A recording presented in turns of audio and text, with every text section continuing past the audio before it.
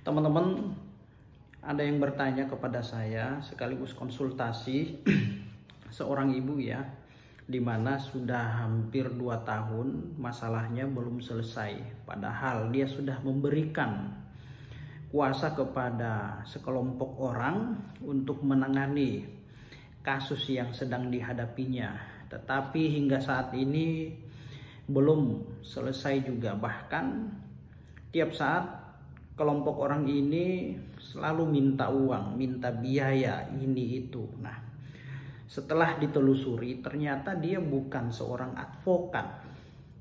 Ternyata dia adalah pengacara gadungan yang mengatasnamakan advokat. Ya, memang pada saat ketemu dengan orang-orang tersebut, ya pakaiannya rapi, pakai dasi, pakai jas, setelan rambut, pokoknya mentereng lah, keren, parlente, jam tangannya keren-keren menurut informasi ibu tersebut. Nah, dan dia menggaransi bahwasanya dalam menangani perkara yang sedang ibu hadapi saat itu, ya menjanjikan kemenangan, bahwasanya kasus tersebut akan menang, tenang aja. Nah, ternyata setelah dicari informasinya, ternyata bukan pengacara, advokat gadungan ternyata. Dan setiap kali ketemu, ya mulai dari tanda tangan kuasa, tiap ketemu, briefing dan lain-lain, itu ketemunya di pinggir-pinggir jalan, di warung kopi, di resto-resto. Nah, baik teman, jadi begini ya. Untuk mencari atau tips mencari pengacara yang berintegritas dan profesional tentunya, ya tidak hanya melihat dengan penampilan, cara berpakaiannya. Semua orang kalau dipakein jas, pakaikan dasi, rambutnya dirapihkan, ya itu memang kelihatan eksklusif, kelihatan wah keren, ya sangat meyakinkan dari gayanya. Tapi ingat Bapak Ibu ya, untuk mencari seorang advokat atau pengacara yang tentunya profesional, ya tidak meski harus berpakaian rapi, keren, pakai jas dan lain-lain ya. Tetapi ingat, ini saya berikan tips ya, atau saya berikan kisi-kisi untuk mencari seorang pengacara atau penasehat hukum yang betul-betul mempunyai integritas, akan profesional ketika melaksanakan tugas profesinya. Pertama, ya pada saat ketemu dengan yang mengaku pengacara, ya tentu dia punya kartu nama, misalkan ya. Terus kemudian dia punya kantor, ya temuin kantornya, ajak dia ke kantornya. Nah, pada saat mau membuat surat kuasa, kelengkapan administrasi dalam hal untuk penanganan suatu perkara, ya tentu dia akan membuat surat kuasa. Kuasa itu ada kop suratnya, ada nomor telepon, email dan lain-lain. Nah, selain itu juga dia tentunya punya partner, ya, punya tim, punya teman-teman, bukan hanya satu orang saja. Nah, itu ya. Jadi dia harus punya kantor, domisili kantor, kantornya jelas. Ya. Jadi jangan ketemu dengan seseorang tanda tangan kuasa atau mungkin briefing ya di pinggir jalan, tempat-tempat kopi, resto dan lain-lain.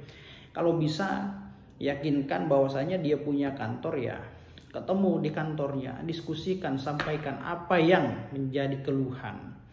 Ya. Itu. Lalu selanjutnya dia punya KTA, kartu identitas, ya, atau kartu tanda anggota. Nah, kartu tanda anggota itu dikeluarkan oleh pengurus pusat, ya, tempat dia di mana bernaung. Misalkan dia berasal dari Peradi, KAI, IKADIN. Nah, dia punya KTA pastinya, ya. Itu seorang advokat. Lalu kemudian punya berita acara sumpah atau BAS istilahnya, ya. Dan itu dikeluarkan oleh pengadilan tinggi, ya. Pengadilan tinggi, ya.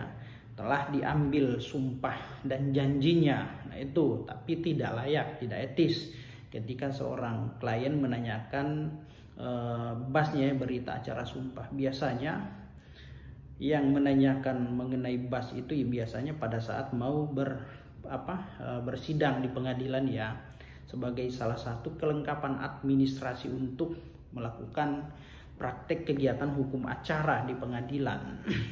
Nah itu teman-teman ya, pada intinya seperti itu. Lalu kemudian ingat, advokat atau kantor-kantor hukum yang profesional tidak pernah menjanjikan kemenangan terhadap kliennya, karena menjanjikan kemenangan terhadap klien, apalagi memberikan harapan yang berlebihan, ya itu merupakan etik ya, akan melanggar kode etik. Itu tidak boleh ya, tidak boleh seorang advokat atau siapapun ya, yang penting pengacara ya, itu memberikan atau menjanjikan kemenangan kepada kliennya, karena itu hal yang paling dilarang ya, itu teman-teman.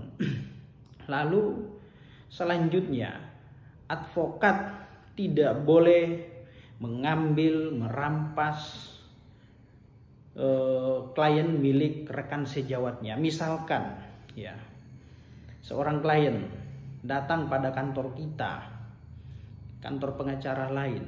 Nah, terus kemudian ya, pengacara tersebut telah mengetahui bahwa orang tersebut masih dalam ikatan hukum, masih terikat kuasa dengan pengacara lain, tetapi dia sudah tanda tangan kuasa, dibuatkan kuasa kepada calon klien tersebut. Nah itu tidak boleh ya, konflik of interest. Jadi nggak boleh mengambil klien orang lain, pengacara lain, kecuali dia sudah memutus kuasa, mencabut kuasa, dan tidak menggunakan pengacara pada kantor hukum lamanya. Nah itu baru dengan dibuktikan surat pencabutan kuasa.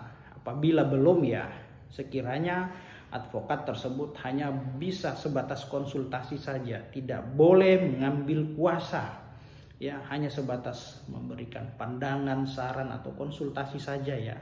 Jadi tidak boleh mengambil kuasa dari orang yang masih terikat kuasa atau terikat mengenai hal-hal yang berkaitan masalah hukum dengan kantor pengacara lain. Nah itu ya, jadi dia harus punya KTA, punya berita acara sumpah, punya kantor. Terus kemudian ya, dilarang menjanjikan kemenangan terhadap orang lain ya. Ingat ya, jadi Bapak Ibu, cerita yang saya sampaikan tadi ya, dia sudah membuat laporan terkait pengacara gadungan ya. Dia merasa ditipu karena tiap saat mau ketemu aktivitas selalu meminta uang, selalu meminta duit untuk ini, untuk itu, koordinasi sana, koordinasi sini, dan akan menang dalam waktu 1 tahun paling lama. Dia akan menjanjikan. Nah itu tidak boleh ya.